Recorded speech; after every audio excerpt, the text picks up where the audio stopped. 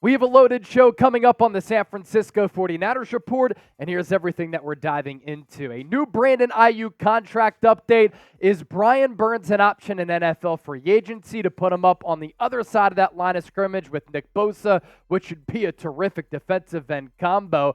Could Chase Young return? And also the Niners hiring a Seahawks legend to their coaching staff. Stay tuned for all of that, but first, I want your feedback here on the show. We were at the NFL Scouting Combine last week, and our coverage since the Super Bowl has not stopped. And I'm curious, how likely are you to recommend the 49ers Report to somebody else? And I want you to be honest with me. This helps us get better. Scale it for me from 1 to 10. 1, I would never recommend this show. 10, you really, really like us, and let us know how we can get better. Do that, and with that, let's start the show.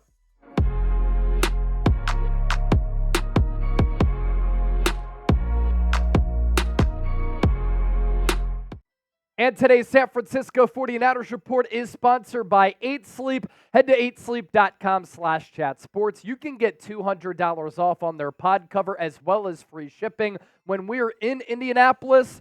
Early mornings, long days, not a lot of sleep, but I got back here home and man, I was able to sleep really good thanks to my pod cover where you can control how warm or how cool your sleep gets. 8sleep.com/chatsports. We'll tell you more about them coming up here in just a little while. Let's begin on the Brandon Aiyuk front. I heard a lot about Aiyuk during the NFL Scouting Combine. It's really kind of a media conference and just a work conference for a lot of people who work in the National Football League. So you have an opportunity to talk to so many people. And on the final day of the Combine, Rappaport was inside Lucas Oil Stadium as the offensive linemen did their workouts to round out Combine week. And he passed along what he's hearing on the Aiyuk front. Reported that he firmly believes that Aiyuk is in the Niners' future plans and expects that a contract extension could get done after free agency. As I reported earlier that week, the Niners have no plans of trading Aiyuk, and they want to keep him long term. I will say this, and this is going to help reveal, in my opinion, the Niners' plans for Aiyuk. The timeline is very, very important. Because I think San Francisco has to decide before the NFL draft, which is coming your way, April 25th to the 27th in Detroit, what they want to do with Aiyuk, given this is a loaded wide receiver class. They can go through free agency, and they don't have to address wide receiver. But if they have plans of trading Aiyuk, or his asking price is too high for the Niners' liking, this is a deep, very, very talented, and a great wide receiver class to find an Aiyuk replacement if the Niners want to go that route.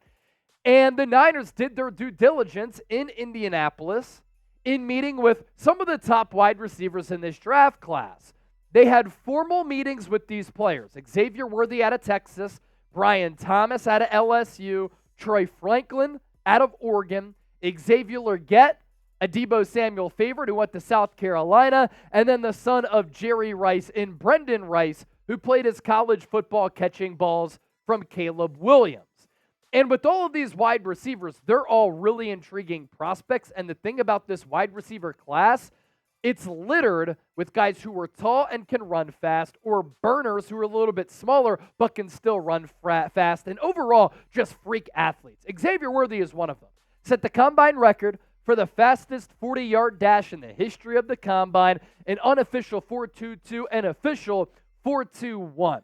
He's a little bit smaller, 5'11", 165 pounds, and you're taking a look at his relative athletic score. All of these athletes that we're about to show you put on a scale of 1 to 10. 10 being just a supremely gifted athlete. So all of the green that you're seeing is really good. The red, not good. So in the case of Xavier Worthy, he's smaller and he's lighter. That's why his height and weight is in the red, but a great vertical jump. That gauges his explosiveness. 41 inches there. Good broad jump. And then the 40-yard dash, just an elite time. And his RAS score, a 9.37 out of 10. That's exceptional. Brian Thomas, wide receiver out of Louisiana State, he's a little bit bigger than Xavier Worthy. 6'2", 209. Really good with the vertical and the broad. He ran a 4.34 40-yard dash And the weight difference between Xavier Worthy and him is vast. Worthy is under 170 pounds, and Ambry Thomas is 209 pounds. So with him, you get more of an all-around wide receiver who's still a speed threat, but brings a little bit more physicality to the position. Niners also meeting with Troy Franklin, wide receiver out of Oregon. His height, 6 foot, 176 pounds. Really good vertical leap. Not a great broad jump, but another guy who ran fast, clocking in with a 4.41 40-yard dash. And then there's Xavier Legette. He's drawn some comps to Deebo Samuel, but he's probably a better route runner than Deebo Samuel. 9.66 overall RAS score. His height, 6'1", 221 pounds. So here he is, more than 50 pounds heavier than Xavier Worthy, yet he's still running in the 4.4s for his 40-yard dash, and the vertical and the broad, really good. 20-yard, 10-yard split, not great, but the overall long speed, exceptional. Brenden Rice is a player who, unlike the other wide receivers who we showed you, who are probably round 1, round 2 targets, I'd say Brenden Rice, most likely a day 3 guy, where you might be able to get him in rounds 3, 4. I doubt he slides to the 5th. RAS score of 8.73, which is really good. He's 6'2", 208, so he's a little bit bigger than his dad. He ran a 4.5 40-yard dash, which isn't bad. You put him in the slot, he's going to be able to win a lot of those matchups. Doesn't have the explosiveness, short area quickness that some of the aforementioned wide receivers had, but the production very, very good, and you'll take that 40-yard dash at 4.5. By no means is that a bad speed. So if the Niners don't want to sign Aiyuk to a contract extension, or he's too rich for what they're willing to pay him, they have to make that decision going into the draft, because then they have to draft his replacement. It becomes a massive need on this squad. A reminder, draft coming up at the end of April. Free agency is coming up next week. Tampering period starts on Monday, so we'll start to hear about some contracts, and we're going to talk about every single move that the Niners make. Make sure you hit that sub button down below. So we gave you the latest on the Brandon Aiyuk front. Coming up next, Brian Burns, Chase Young, and the Niners adding to their coaching staff. Stay tuned for that, but first, today's sponsor is 8 Sleep. $200 off the pod cover, 8sleep.com/chatsports. You get free shipping as well. The pod cover will improve your sleep by automatically adjusting your bed's temperature based on your individual needs. The cover can be added to any bed like a fitted sheet and allows you and your partner to cool or warm your side of the bed, as I noted from the jump of the show, as low as 55 degrees and up to 110 degrees. Every morning I cold plunge. Every night I hit the sauna. So I love the differences between the cold and the hot, especially with the pod cover. It just helps my body recover as my running streak just surpassed 300 days. I'm telling you right now, sleep is at the backbone of our success as human beings. And there's no better way to improve your day-to-day life better than sleep. And the easiest way to do that, the 8 Sleep Pod 3 cover. Start your new year right. Invest in the rest that you deserve with the 8 Sleep Pod. Head to 8sleep.com/chatsports.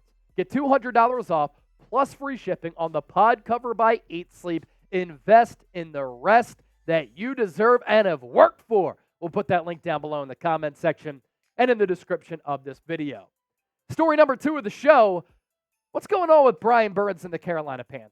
Josina Anderson with this report on Sunday. She was told the Panthers informed Brian Burns during the combine this past week that they are not continuing contract talks at this time, per source. But then Adam Schefter went on the Pat McAfee show, and he said that if the Panthers don't agree to a contract extension with Brian Burns, he's going to get franchise tagged. The deadline for franchise tags is tomorrow, Tuesday. So this is something that we're going to kind of monitor and keep an eye on for. And if the Panthers let him go for nothing, what a disastrous move by what has been a disastrous franchise. At the trade deadline, they were offered reportedly 1 first-round pick, 2 first-round picks. If they let him go for nothing, that's just football business malpractice. If the Niners somehow can land him in free agency, or if he gets tagged, it'll require a sign and trade. What he would bring to the Niners, another elite edge rusher, great sack production since getting drafted in the first round out of Florida State. He'd be a great fit on the other side from Nick Bosa. He's still very, very young at just 25 years old. The issue, you have to give him a lot of money, and you have to give him a lot of years. That's what he's been seeking with Carolina. They haven't given it to him, and that's what he'd be seeking for his new team. But there's a reason why he's looked at as one of the better edges in the National Football League. Bend, twitch, quickness, power, just a knack for making big plays, and the sack production has been steady. 2020, 9 sacks. 2021, 9 sacks. 2022 had a career year with 12.5, and then this past year, for a bad Panthers team, he had 8. What also is of note here, the consistent durability and availability that he's been able to bring to the field and that organization for Carolina. A player that I've long been interested in, a player that would be better than Chase Young, but a little bit more expensive than Chase Young. One of my dream options for San Francisco if he becomes a free agent. Speaking of Chase Young, another edge rusher that we're going to talk about, the Niners seem to be open to bringing him back. Dan Graziano, ESPN with this one, and we talked about this last week. That's why you subscribe to the show, because sometimes we discuss these things before the national media even gets a hold of them. The Niners have at least some interest in bringing back edge rusher Chase Young, who is a bit of a disappointment for them after their deadline deal to acquire him from Washington. But still, 24 years old, has a great relationship with star edge rusher Nick Bosa. Bosa said during locker room cleanout day he wants Chase Young back. And Chase Young is a polarizing player. When he's putting forward effort, when he's healthy, this guy is a freak athlete. But he's been injured, has a troublesome injury history with the knee, and his lack of effort is also somewhat worrisome. And nobody's really been able to pinpoint or identify why he got traded to the Niners. Better team than the Commanders, played more games with San Francisco. And yet his sack production went down from 5 sacks in 7 games with the Commanders to 2.5 in 9 games with San Francisco. But he's a tantalizing player to discuss because when you do some deep dive numbers and a deep dive look into some of the analytics and to some of the Pro Football Focus numbers, you see why in his mid-20s, the Niners would be open to bringing him back because he's a very talented player. That's never the question. 2020 second overall pick. When he was at Ohio State with Nick Bosa, Bosa got hurt, but when they were on the field together, they were causing havoc. And some of these numbers, they're pretty damn good. Overall Pro Football Focus grade of 74.4, a pass rush grade of 75.8. He had 480 pass rush snaps, 66 total pressures. That was top 15 among defensive ends and edge rushers in the National Football League. If the Niners can get him back on a short-term deal worth little money, and when I say little money, that's compared to market value, I'm talking anywhere from $10 to $15 million, you can convince me that would be a solid move. We round out to this. Niners making an addition to their coaching staff. They have added KJ Wright. Does the name sound familiar?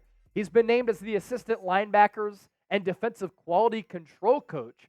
Long time. He was a great linebacker under Pete Carroll for the Seattle Seahawks as part of those Legion of Boom defenses. And I don't think there's any coincidence here that the Niners hired Nick Sorensen as defensive coordinator to take over for Steve Wilks. He got his coaching career started under Pete Carroll and that Seattle defense, and then they add KJ Wright to the staff as well. The Niners are trying to get back to what they do and what they've done as a defense, and a lot of that involves the Seattle concepts. Now, to my right on the ones and twos is producer Smitty, who, unfortunately for those of you watching, lifelong Seahawks fan. So with that, you can type F Smitty if you want to, because here on the show, it's always F Seattle, but knows KJ Wright very well and what he was able to do in a Seattle uniform. What's he going to bring to the Niners there, Smitty?